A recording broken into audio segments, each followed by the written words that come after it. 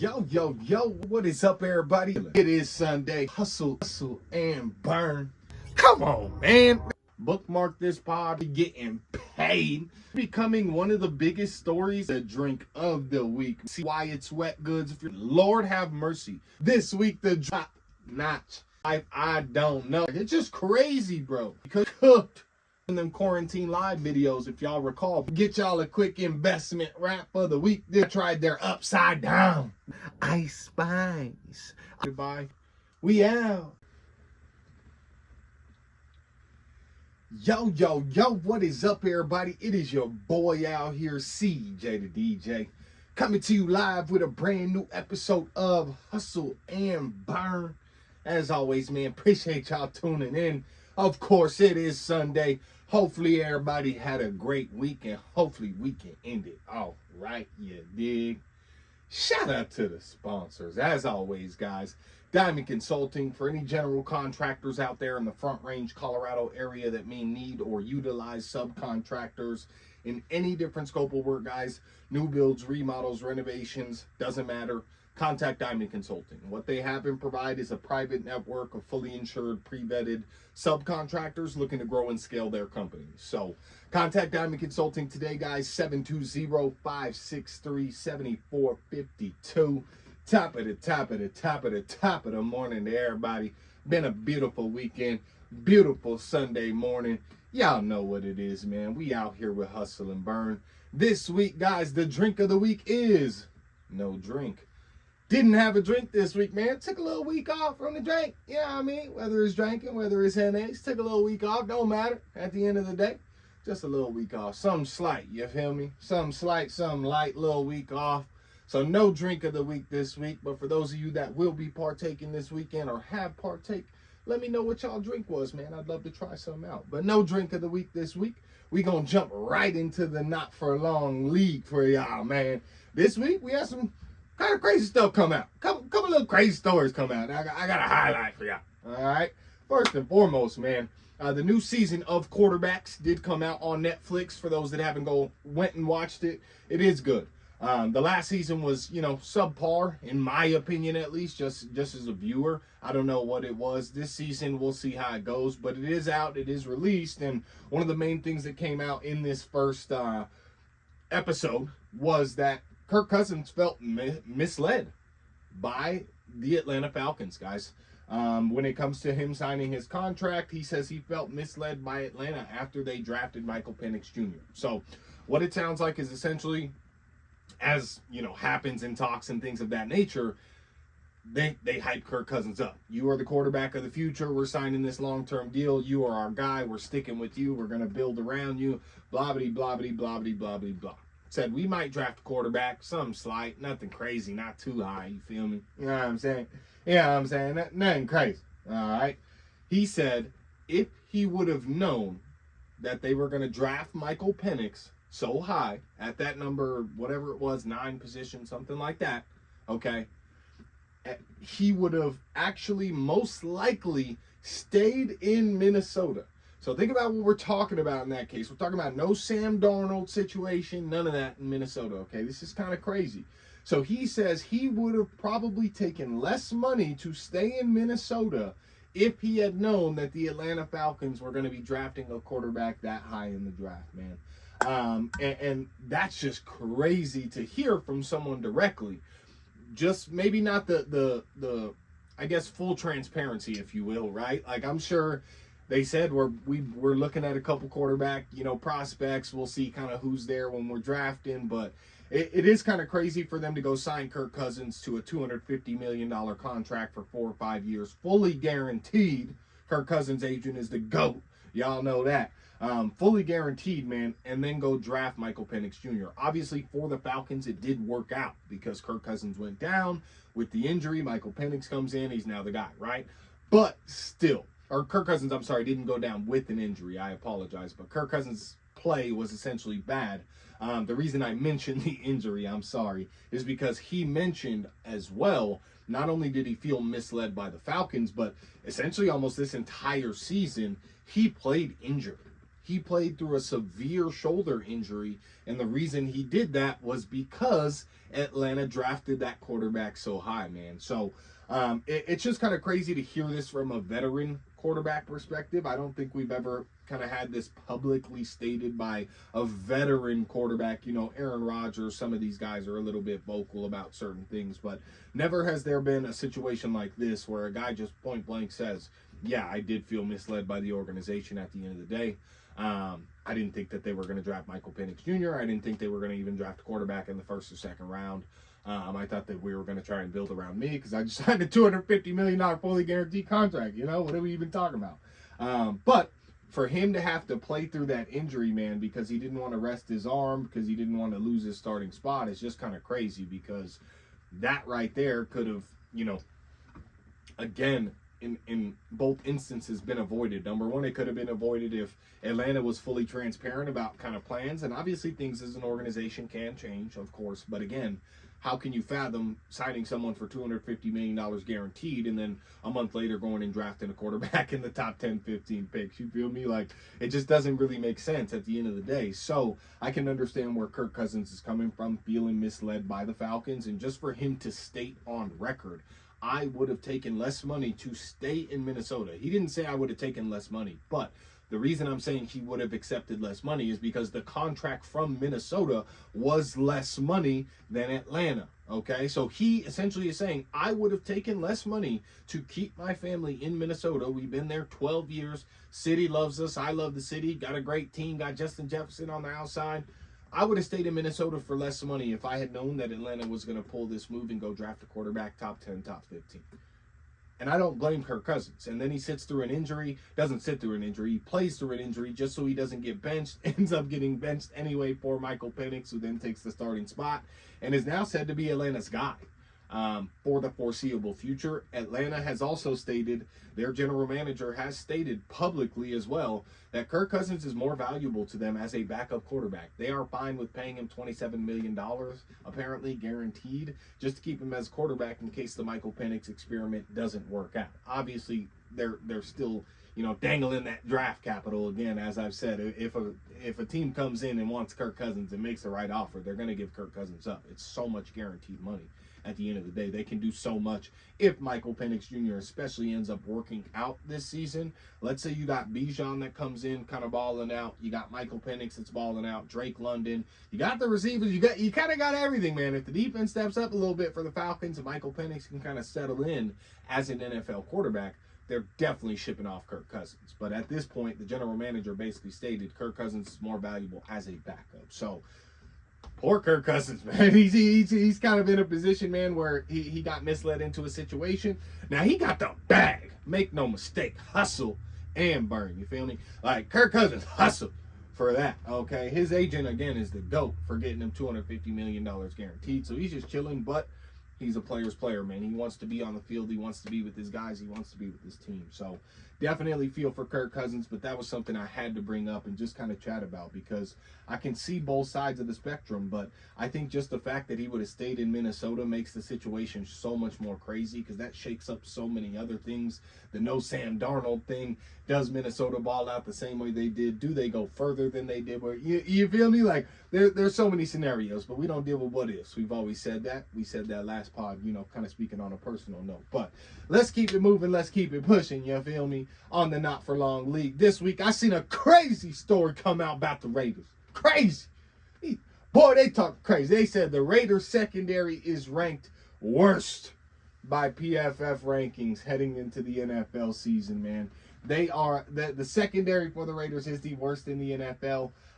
And you know, honestly, right now, I can't say whether I agree or disagree. That's why I'm so frustrated, because it's like, at the end of the day, you see what the Raiders are doing with the secondary specifically. They're betting on the future, guys, okay?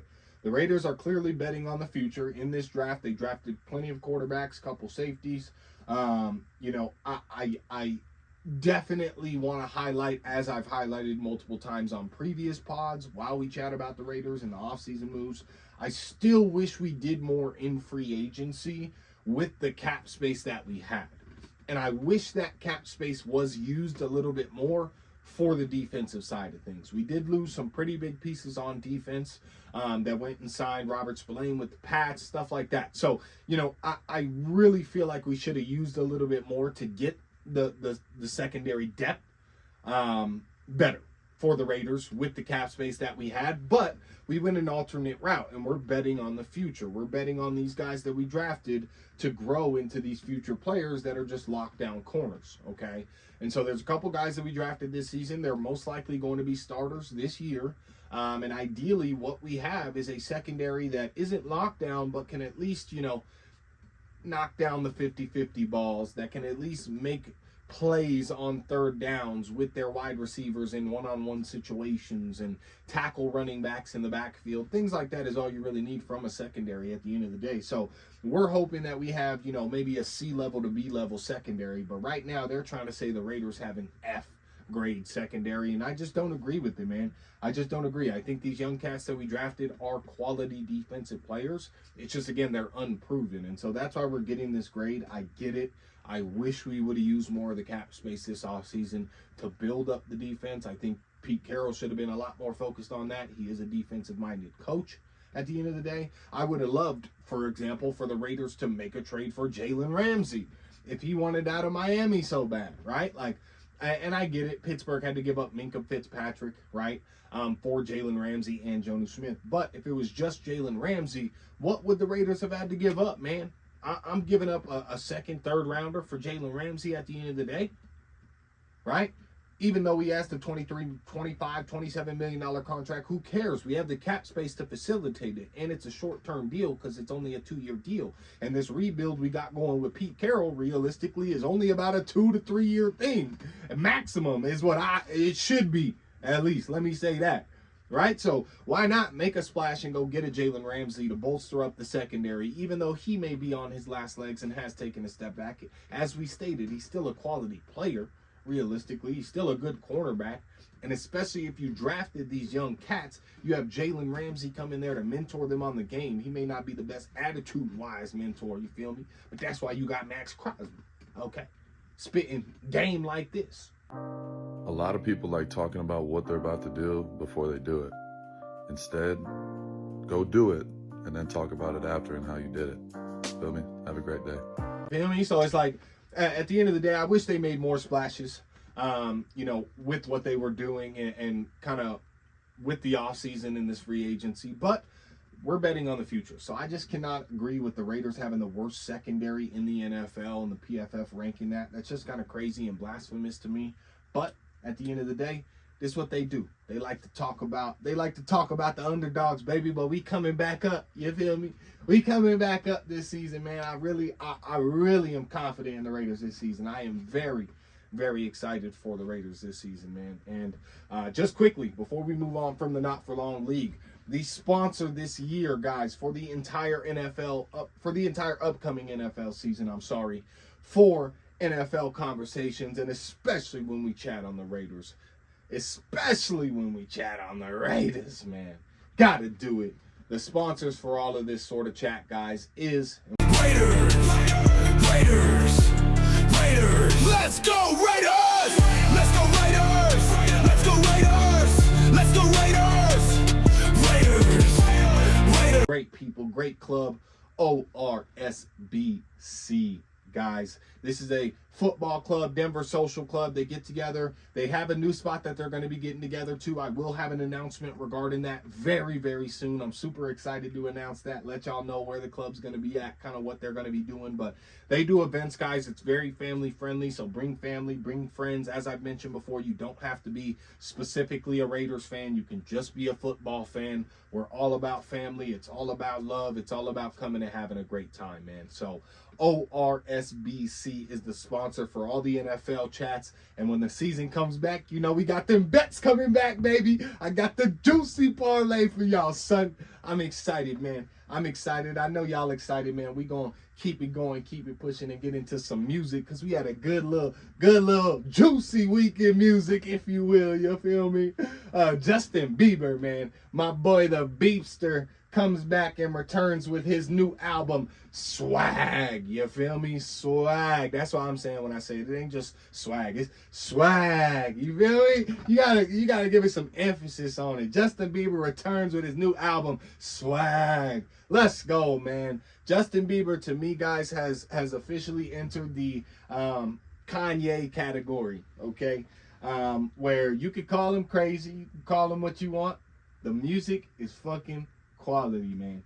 The music is fucking quality. And, you know, funny enough, Drewski actually had a couple skits on this shit that I think are extremely relevant just to the situation and kind of everything that's going on with Justin Bieber, people calling him crazy, things like that. One of the things, number one, Drewski said on one of these skits is, Justin, this shit got some soul, man. Like, this shit really got some soul to it. Like, this is not a pop vibe album, you feel me? None of that shit. This album really has some soul. And for me, I want to make this clear. I'm not comparing Justin Bieber to Michael Jackson, okay?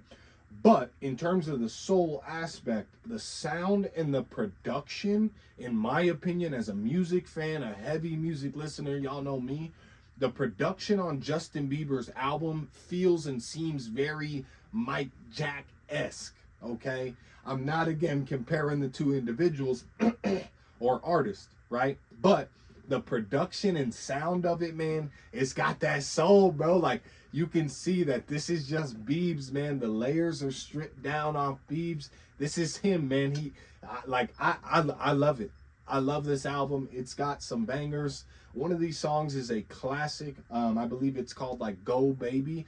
Go Baby is a fucking classic. I want y'all to know right now. This is one of the best Justin Bieber songs to drop ever, bro. Okay? So this shit got some soul, man. Oh, J Biebs on Swag. But one of the other things Drewski said, Jesus. Excuse me.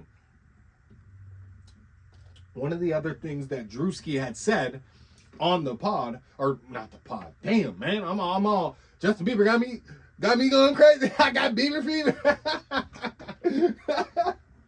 I'm crying, bro. Oh shit, man. But one of the other things that Drewski said on one of these skits, man, was in regard to Justin Bieber being crazy and the social media posts and shit like that. And they're literally sitting there, guys, having a conversation.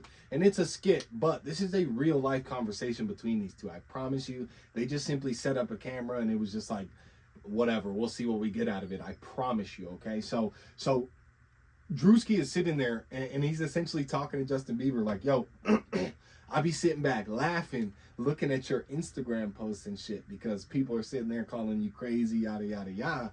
And I'm sitting there laughing because I'm just thinking like, nah, bro, he's just Justin. Like, he's just doing social media his own way, the way everyone else, every other fucking human being does it. And it's just so, like, that's again, what I've expressed sometimes. And you know, to a lot of people close to me, we've spoken about it on the pod. You know, when it comes to the Biebs, people like Kanye even sometimes, even though Kanye, obviously, I've said he's taken his step far in certain things, but these guys, man, they're just experiencing life the exact same way, okay? But, you know, Biebs isn't crazy. He's not any of that. Yeah, he might do a little burning, you feel me? He might do a little burning, but he also hustles. He also hustles, fam, and you can hear it in this album. You can hear it with the lyrics. He's very protective over his family unit. He's very protective over his self, just his image and everything like that, man. But this was a great album, and I really think the Drewski skits just make things so relevant, man. In terms of the soul that this album has, it really does. It has a Mike Jack production and sound sort of feel to me on a couple of these tracks, like a Man in the Mirror type of time of Michael Jackson, man. I'm telling you, if you go listen to this, you're gonna hear it as well. If you're a true music fan, if you're a big Mike Jack fan like I am personally.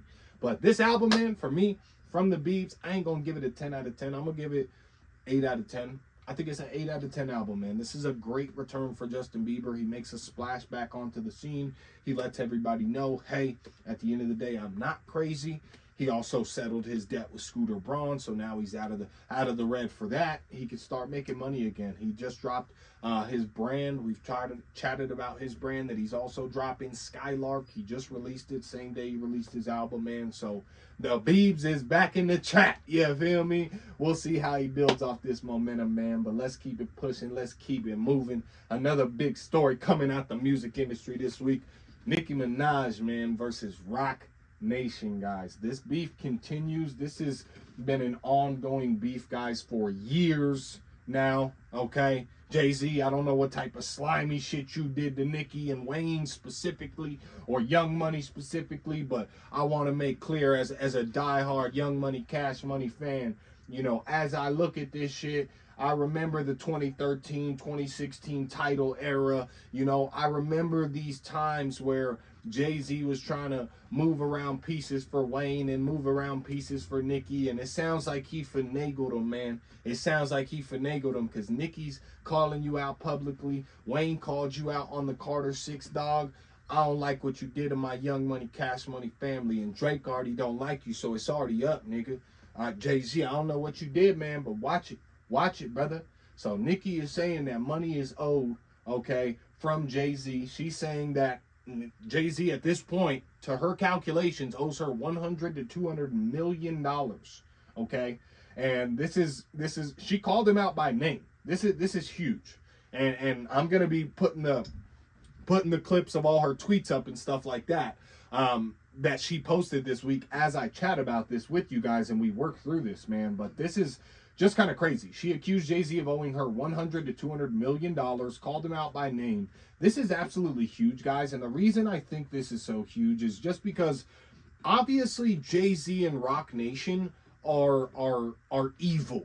Okay, let's just call it what it is. Obviously, Jay-Z and Rock Nation are evil. Like, how many horrific stories and rumors have to be spread about these people, about their practices, about what's going on, for people to really believe it at the end of the day, before we accept what reality is in regard to Jay-Z, in regard to Rock Nation, in regard to the business practices, in regard to the personal practices of these individuals. Like, in my opinion, bro, this is a lot similar to another very I think Jay-Z's a lot similar to another very high-profile individual that allegedly hung himself, okay? Y'all know who I'm talking about. Jay-Z seems very, very close and similar in regard to that individual. And what I mean by that is at some point, it's like, again, all right, something's clearly up in regard to how you operate and the things you got going on, but it's heavily covered up when people begin exposing it. That's what's crazy to me. Is the reality that academics, these guys can publicly say, like, yeah, Jay-Z, Rock Nation, they got all these media publications to spread all these lies. That's why they don't ever have to publicly, you know, say anything in regard to these accusations from people, because they have so many media publications that are just going to run these false narratives and things like that. They own and operate certain things, okay? So it's heavily covered up. And at that point, it just tells you how powerful and deep into whatever the fuck is going on that Jay-Z is. Okay, clearly, guys, clearly. Obviously, there were rumors swirling in regard to the Diddler and his relationship, and he's distanced himself. People say if Diddler was a handler, that Jay-Z was Diddy's handler, fam. So, like, let's wrap our heads around that and just understand how many negative stories have to come out before, at the end of the day, we just accept the reality for what it is. That Jay-Z and Rock Nation are evil individuals. People praise him and praise them as the GOAT of hip-hop and the GOAT rapper and shit like that. No, bro. He's finagling all these rappers. He's finagling all these guys and circling them into whatever the hell is going on. I don't know. I don't know what's going on, but there's some weird stuff going on with Jay-Z and Rock Nation, man. But as you guys saw from those screenshots that I put up, Nicki Minaj accused him by name. Nicki Minaj has some crazy accusations, and Nicki Minaj says she's got the documentation to prove it all. So Rock Nation, it's up. It's up, son. It's up, son. Let's keep it pushing with the music, man. One more topic I had to put on y'all plate this week, and this is something I really want y'all to do, man. This week, Russ dropped a new album, guys, called Wild, okay?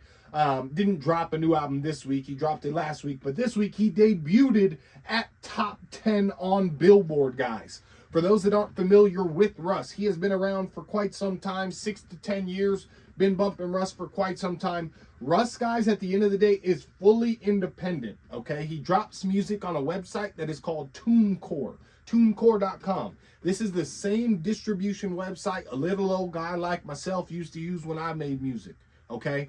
Russ drops his music to this day through TuneCore, okay? He is fully and completely independent at the end of the day. He just uses TuneCore for the distribution of things, all right? He's making money hand over fist. Again, guys, he debuted at the top 10. Fully independent. This is probably one of the first artists to ever debut top 10 fully independent. He already has the first album ever to go platinum with no features, okay, with one of his first albums, right? That really put him on the map. And Russ has just been doing it ever since, man. Russ is one of those guys that the reason I'm bringing it up, and I had to, obviously recommend that you guys go listen to his album Wild, man. But the reason I'm bringing up Russ is just because, number one, I had the opportunity to go see him at Red Rocks on his tour. The first stop of his tour was Red Rocks this past Wednesday. Went and saw him with Shorty. Absolutely fire, dog. This man did 39 songs straight. No gimmicks, no pyro, no none of the nonsense. 39 track set list, bro. Straight through that joint. Straight through that joint, bro. Okay? And he even debuted a new movie at the end that he's going to be starring in. All right? Again, fully independent, guys. And like he always says, his message, guys, is if you really want it bad enough, you won't give up. Okay? You just can't give up. And that's his biggest thing. You hear it in his tracks. You hear it with every single song, every single album that he pushes out, man. It is simply, Russ just decided, I'm going to be this guy that does not stop. I am hard. I don't give a fuck what anybody says. You can like it. You cannot like it at the end of the day. Piss off. I'm making money hand over fist. Go listen to the new Russ album, man. Wild. This album is crazy. Russ, he's living the dream, man. He is absolutely up, man. And it's because he didn't stop, guys. You just can't stop. Okay, and that leads me into something that I want to continue chatting about with y'all, and that's just not stopping. Okay, but continuing with that is keeping your momentum.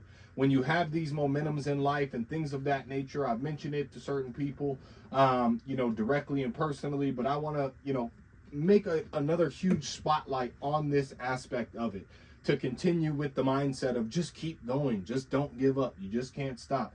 You got to have the momentum, man, and you got to have this mindset. When you have momentum in life, guys, no matter how small it is, okay, you have to build off of that momentum, all right? I saw another content creator this week that said, this is, obviously I'm paraphrasing, but he said, oh, when you think 10 likes isn't a lot, you think 100 views isn't a lot, you think 50 comments isn't a lot, 2 comments isn't a lot.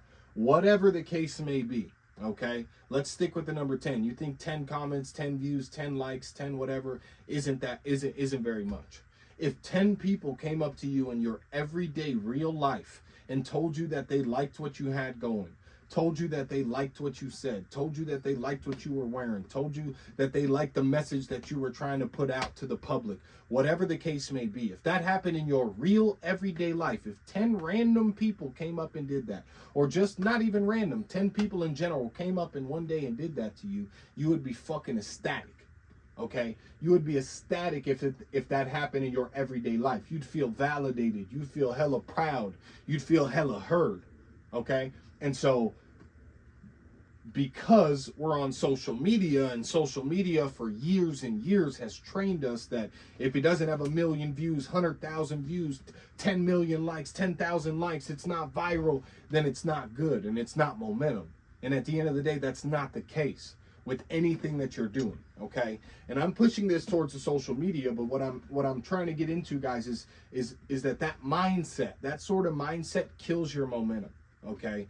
When you have this, oh, it's got to be a grandiose result for it to, be great. It has to go viral. I got to get these gains in the gym and make sure everyone sees. It doesn't matter. You have to continue building off of the small momentum and the small wins that you have, whether they're big, whether they're small. You have to continue building off of that momentum. Like right now, I have a lot going on. I got the pod, I got my relationship, I got personal projects I'm working on, I got secret processes I'm going through that not a soul on this earth knows about, that nobody will know about until the process is through and done. Okay, like there's certain things that I have going on. Okay, I could drop this pod, right, as I'm going through all of these different things. I could drop this pod and get 5 views this Sunday. All right, I could get 5 views this Sunday. It won't matter at all, because I know what's building at the end of the day. I know the little wins that I've been having. I know the growth that I've had. And so I'm building off of that momentum, whether it's 5 views, whether it's 10 views, whether it's 20 views. And I'm not just speaking on the pod, I'm speaking in everyday life, because I'm killing right now. And I'm on the way up quickly and rapidly. Okay. Again, I'm going through certain process and things like that, just on a personal level that I'm not discussing with anyone in any way, shape, or form. You guys eventually will, get the opportunity to kind of, come behind the curtain a little bit more and see what process I'm kind of talking about. But it's something that I've had on my mind for years, in fact. And I'm finally going through it just, personally. I'm going through it. I'm taking this personal journey, and I'm just extremely excited about it. So, again, with that being said, guys, the success is already here. Okay, the success is already here. The success is already all around. It's evident within my life. And so, there's going to be more blessings that keep coming if we're blessed enough to receive them, of course. But at the end of the day, building on that momentum, building on the little wins you have, what it's going to do is it's just going to continue to build up and build up and build up and build up this energy. Okay, and again, as we've mentioned multiple times on the pod, the universe is give and take, guys. It's just energy. So as you build up this positive energy, this positive momentum, you just keep going. You keep having a positive mindset, keep showing love, keep spreading love, keep doing your thing, keep being yourself authentically. The universe is going to reciprocate that with more opportunities. The universe is going to reciprocate that with more momentum. The universe is going to reciprocate that with more just essentially clarity for you. Okay, as you continue with the momentum down whatever path it is that you're going down, whether it's not drinking, whether it's sticking to the gym, whether it's going to school, whether it's building a business, whether it's doing a podcast, whether it's making music, whatever it is, as you take these little steps and you build this momentum, continue to be thankful for it. Don't get down. Don't let anything throw you off, okay? Because when you let something throw you off, like only getting 10 views, when you let something throw you off, like only having 1 project this month or 2 projects this month instead of 15, or you let something throw you off, like still only being able to do the 25-pound dumbbell for your bicep curls instead of being able to do the 30 or 35 where you wanted to be at by this date. If you let those things throw you off, guys, it's gonna smack your momentum and stop it right there. And that's where you got to kind of start to rebuild the momentum again and rebuild that energy back up and rebuild that energy back up. So quit draining yourself, guys. And one of the ways we drain ourselves is by thinking that these moves, these rewards have to be grandiose. The views have to be grandiose. The results in the gym got to be grandiose. No, fam. If you go to the gym a month straight, good shit. If you went to the gym a week straight, good shit, bro. Whatever the case may be, if you drop 2 tracks this month instead of 1, good shit. Whatever the case may be, bro, you have to build off that little momentum and those little wins, guys, because if you do and you use them as stepping stones, you are going to continue to elevate. You're going to continue to progress. You're going to continue to get stronger, man. Internally, externally, all around your universe. The universe is going to continue to send you different things. Like I've been on a very big momentum vibe this week. And I swear to God, phones must be connected to our brains somehow, because I have multiple videos on my For You pages popping up just about momentum and building off momentum. Haven't searched it, haven't done anything. Maybe just that I typed it on my phone in my notes for the pod, whatever the case may be. You feel me? Like, that's just how crazy it is. But again, because of this universe that we're in and the way it works, if you simply build off momentum, guys, and you have that momentum, you're thankful for it, the universe is going to reciprocate it and bring it back. So continue to take those steps, continue to keep going, continue to stay strong, continue to be you, continue to be authentic, continue to make decisions that challenge yourself. Stop being scared, stop thinking you can't do something, or stop procrastinating on doing something that you've been thinking of doing. Step up to the plate, build on that momentum, Use that momentum as the next step to keep going up, guys. Let's keep it pushing. Let's keep it moving. Y'all know how we do, all right? And one of the things I want to keep doing for y'all is, you know, I realized, I was just talking to my boys on the 4th of July, and I realized one of the things that I need to do more just in my everyday life like I used to. I used to do this a lot more, honestly, and just certain life things came to where I stopped. I used to do this a lot more, but I'm definitely going to be doing a lot more in my everyday life, but especially on the pod as well. And that's just talking my shit, man. That's talking my shit, guys. Like, I know a lot of things that can really be beneficial and helpful to people. And so I'm going to talk my shit a lot more in regards to just particular things and situations that I haven't really brought up, just in terms of my inner knowledge and things that I need to spit out that I think can really help listeners, can help a family member, a friend, someone like that. Or you could just go research yourself and see what you can do to utilize that information. But one of the things I was talking to my boys about, and one of the things I wanted to put on the pod just so it's out there in the universe and in the public for anyone, again, that may need it, man. Medical debt and credit reports, guys. This is free game for y'all. Medical debts cannot be reported to a credit report, okay? I just want to say that for you guys. Credit, number one, is a scam, okay? Unless you learn how to work the system, credit is just a scam at the end of the day, all right? And you know, with medical debt, again, it can't be reported to your credit report, guys. This is not financial advice. I want to poise this whole thing by, again, this is not financial advice. I am just a guy, of course, you know, so this isn't financial advice. Don't take this as financial advice, but just listen to this information that I'm going to give you in regard to medical debt and credit reports, okay? So this started about 2 years ago. When the CFPB was changing policies. I was actually in the industry of credit repair at the time that they were changing these policies. Made a big shakeup in my industry, okay? Big shakeup in my company specifically. So lenders, at the end of the day, guys, cannot use medical debt in decision making for loans, okay? So it won't be on any report that lenders use, which is basically all of them, okay? If a lender pulls a credit report, even if there is a medical debt on there, they can't factor that medical debt in to your score. They have to remove that from your score. And lenders, guys, have certain algorithms to be able to do that, okay? They can pull, oh, we're going to take that out. We're going to defactor that out of the score. So that's what lenders have to do if there is a medical debt that is on your credit report, okay? But previously, debts under $500 weren't allowed to be reported in any way, shape, or form.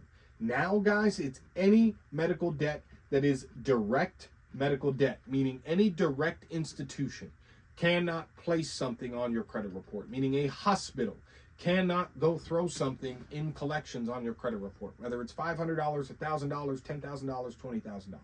A medical company cannot go throw a collection from a hospital, from a medical practice, a direct medical practice on your credit report. Okay, guys?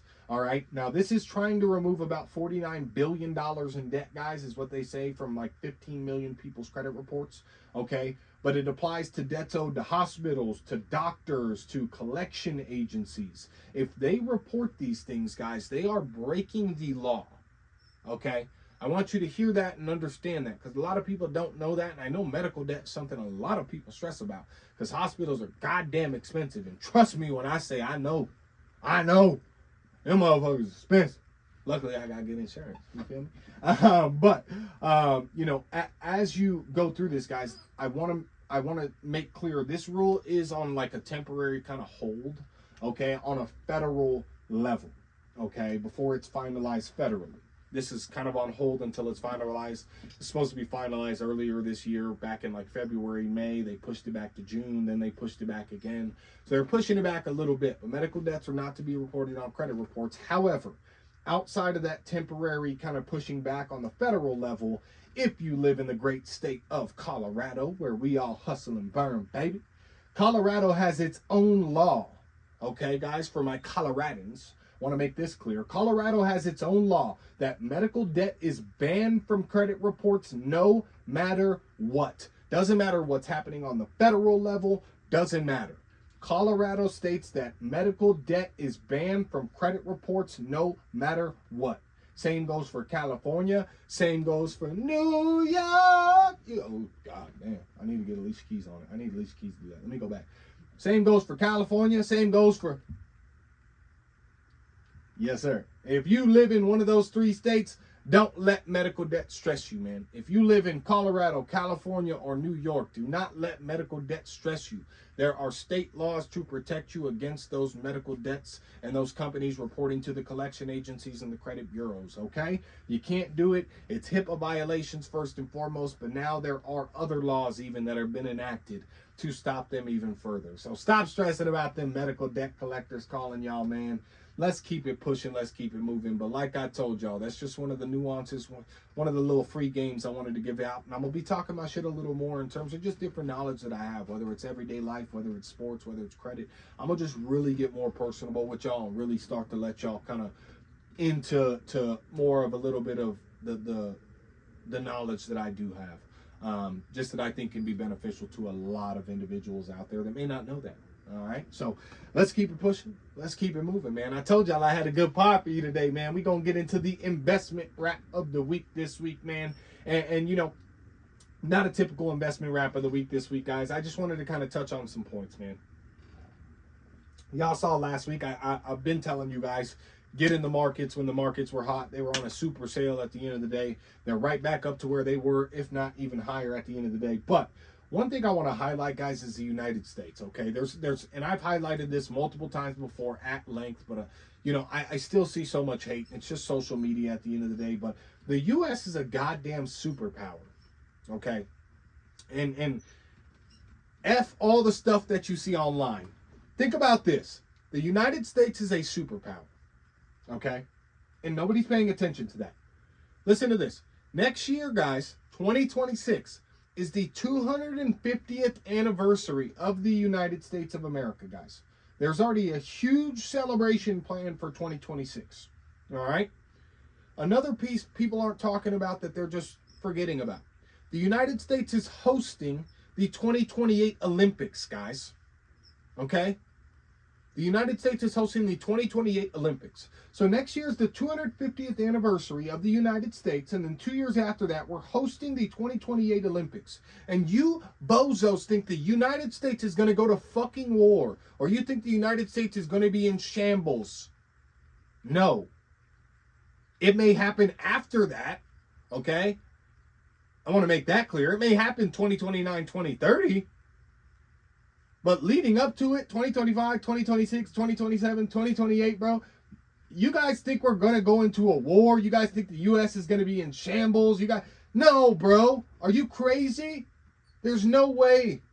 Why do you think I've spoke about it at length on the pod? There's trillions flowing into the United States economy right now, guys. There's a reason for that. Every other country wants to be ahead of what's building here over the course of the next 3 to 5 years. Pay attention, bro. Pay attention. Does nobody understand how those real world things affect, like, governments, and those real world things affect wars? Like, do you guys not see that? Do I maybe just look at things a lot, like, different, on a different scale and different level? The United States has its 250th anniversary next year, guys, in 2026. We're hosting the Olympics in 2028. So I promise you, for the next 3 years, nothing drastic is going to happen with the United States, outside of us, at the end of the day, getting more money from these other countries, outside of us stopping wars potentially in other countries, and outside of us and our economy getting stronger and stronger. Okay, they're properly devaluing the dollar right now. Chairman Powell wants the motherfucking resign. He's talking about resigning. They're saying the Fed's got pressure to decrease the interest rates, which is what Trump's been calling on. Things are working out, okay? If you guys don't see these things that are going on, you're just not paying attention. And that's what we do on this pod. Y'all know we don't talk politics, we talk real life. And that's just real life. I want you guys to pay attention to that. 2026 is the 250th anniversary of the United States. We have the biggest parade ever in the history of the United States already being planned. We're going to have a fucking UFC fight on the White House lawn, for God's sake. Okay? And then 2 years after that, we're going to host the 2028 Olympics in the United States of America. And you bozos think the United States of America is going to be in shambles. Or you think the United States is going to war or some shit. No, we're not, bro. Pay attention. Move smart, bro. It's one of my favorite Russ lines, man, from his new album that he said, "We got the same 24. I'm just hustling better." Like, bro, pay attention during your day, bro. Pay attention to real life things that actually fucking matter, bro, that can tip the scales in certain directions, bro. The 2026 250th anniversary, that's going to tip the scale in the direction of peace in the United States. 2028 Olympics, that's going to tip the scale of keeping peace in the United States, guys. That means we are going to do anything and everything we can to keep the peace, anything and everything we can to continue pumping money into the economy, growing the economy. And right now, it is working, whether you like it or not. I don't care. Again, we don't talk politics, we talk real life, guys. All right? So I just wanted to put that out there for y'all so you can, again, just continue to pay attention, guys, to real world things that actually affect the world and governments, okay? Outside of, things like immigration, outside of wars in other countries, things like that. Real world United States things that are happening here that are going to affect the United States and its economy, okay? These things are going to boost the economy. These things are going to help the United States. These things are going to make the United States get better. These things are going to help build the infrastructure for the AI future that we so clearly have and that we so desperately want to be the head of, which right now we damn sure are, okay? So I'm just saying, at the end of the day, guys, pay attention to real world and where the smart money is, okay? Let's keep it moving with the investment wrap of the week. On that note, Bitcoin, guys, hit a new all-time high this week. This is kind of crazy, okay? I bring it up again to show you guys, like, when you do your research, when you create a plan, when you stick to that plan, it can be fucking great, guys. Let me tell you. It can be great, guys, okay? So I said this on episode 29, which was March 1st. This was what I said. 1,000. It may touch the 50K range, but I predicted to go to 60 to 70,000 and bounce up to there. Potentially a little higher, maybe 75,000, but I'm really thinking 60 to 70K, okay? That for me is the buy zone with Bitcoin, okay? So you hear the levels that I said. 60 to 70K, maybe 75 to 80K, okay? Then back to retest all-time highs. Let's go and track Bitcoin since, guys, over the course of the last 4 to 6 months here, since March 1st. It went down basically March 1st through mid-April, okay? As you guys can see, I'm gonna put it up here so y'all can see a visual on it. Went down March 1st through mid-April, basically. At the low on April 10th, guys, that's the lowest point that it dipped to. What did it dip to? Drum roll, please. 74,650, guys. 74,650. Right in that range that I told you guys it would go to, okay? Right in that range that I told you guys that it would go to is the low of where it went to, 74,650, okay? Since then, it has been trending only upward and now is back to what? Retest all-time highs, guys. It's back to retest all-time highs. So again, we said on March 1st on episode 29, and that's when I gave y'all the game last pod too. I gave y'all the flashbacks. This was the same episode, man. I was talking about the stock market and I was talking about cryptos, bro. We were on point. We were on the money. I hope y'all put your money where your mouth is. I know I did at the end of the day. It paid off for me. So, again, as we track Bitcoin, it went down to 74,650. That's that range I told you guys that I would want to be buying in, okay?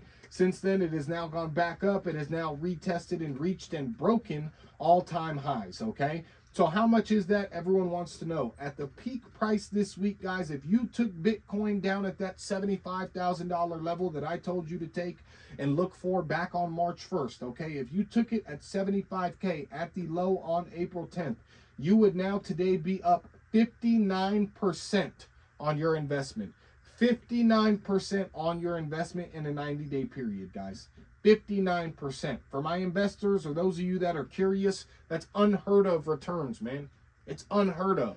And so I always use this number. You guys know when I bring things up. If you had put $1,000 into Bitcoin on April 10th when it was at 75K, that low that we told you guys that it was going to get to before it went back up to retest all-time highs, you would be up, Brad, 59% off of your $1,000, guys. 1,500 and some change, right? Come on now. Over 90 days, bro. You would have made 500 and some change over 90 days for no reason. Again, as I mentioned last pod, it's not life-changing money, bro, but it shows you guys on a small scale what you can do. Take that 1,000, multiply it, make it 10,000. Imagine what you could have done with 10,000 or 5,000. Now take it even lower. If you're on a lower level than $1,000 of investing, think about what you could have done with that $200 or that $100 or that $50. What it could have turned into, even if it's only $10, even if it's only $15, guys. It doesn't matter at the end of the day. Okay, it does not matter at the end of the day. Whether it's $10, $15, $500, $5,000, it doesn't matter. At the end of the day, guys, if you do the research, you create a plan and you stick to that plan when it comes to investing and when it comes to life, you are going to receive great returns, man. You are going to receive great returns. And these type of returns, especially the type of returns I've been highlighting on the last couple episodes, because we chatted about it so heavily and in depth earlier this year, are unheard of, man. So I hope some of y'all listened. If you didn't, you're missing out. I will be having some more in-depth investment wrap of the weeks where I'm giving y'all levels, I'm giving y'all price points I'm trying to invest in. But as of right now, man, I'm chilling. I'm up, crazy. Like I told you guys, I set up a 401k. When I told you guys to set up a 401k, I'm up 15, almost 16% on that over the course of the last 120, 150 days. Obviously, things are going to resettle and settle back in, but at the end of the day, I'm up 15% on that. I told you guys to get into Bitcoin at 75K. I had a price point trigger to automatically invest a certain amount. Won't disclose that amount at 75K. Did so. Just told you we're up 59% on that investment, which is now pulled, of course. I actually did pull it at the 50% mark. That's just me personally. At the end of the day, do what you want to do when you invest. But at the end of the day, man, I told you guys to invest in the stock market. I told you to get Palantir under $100. As we mentioned last week, it was up 71% since the time that I told you to invest. So whether you believe it or not, guys, whether you believe in me or not, again, this is never financial advice. I'm just a guy. But at the end of the day, I pay attention to real world things, real life things. If you are listening to these investment wrap of the week, I hope you're following through. I hope you're paying attention. I will have more in-depth things coming for you. But as of right now, man, we are killing the game, guys. Very extremely proud of myself. Very extremely proud of anyone who's been following along and making any moves in the markets, whether it's with me, whether it's with themselves, whatever the case may be. Keep it going. Keep it pushing, man. Keep building off the momentum y'all got. We got a great momentum going on the pod right now. Got a great momentum going in my real life right now. Got a great momentum going at work right now. Got a great momentum going in relationship right now. Everything is working out. Everything is building and growing. I just got to keep it going, and that's on me to do. So here's an opportunity to keep doing it after I get off this pod and go back to real life. You feel me? So after you stop watching this, you go back to your real life. Stop listening to this. Go back to your real life, man. Make sure you do something today that makes someone else smile. Make sure you do something today to make yourself proud. Make sure at the end of the day you thank yourself, you thank the universe, you thank God, whatever it is that you believe in, for another day, for an opportunity to be here, for an opportunity to have the opportunity to grow. You feel me? That's a tongue twister. Thank him for the opportunity to have the opportunity to wake up and grow and thrive and just be an amazing person, man. So y'all know how we do on this podcast. I appreciate y'all tuning in. This has been another episode of Hustle and Burn. We have yo, what is up, everybody? It is Sunday. Hustle and burn. Come on, man. Bookmark this pod. Be getting paid. Becoming one of the biggest stories, the drink of the week. See why it's wet goods. Lord have mercy. This week the drop notch. I don't know. It's just crazy, bro. Because cooked in them quarantine live videos, if y'all recall. Get y'all a quick investment wrap of the week. They tried their upside down ice spice. Goodbye. We out.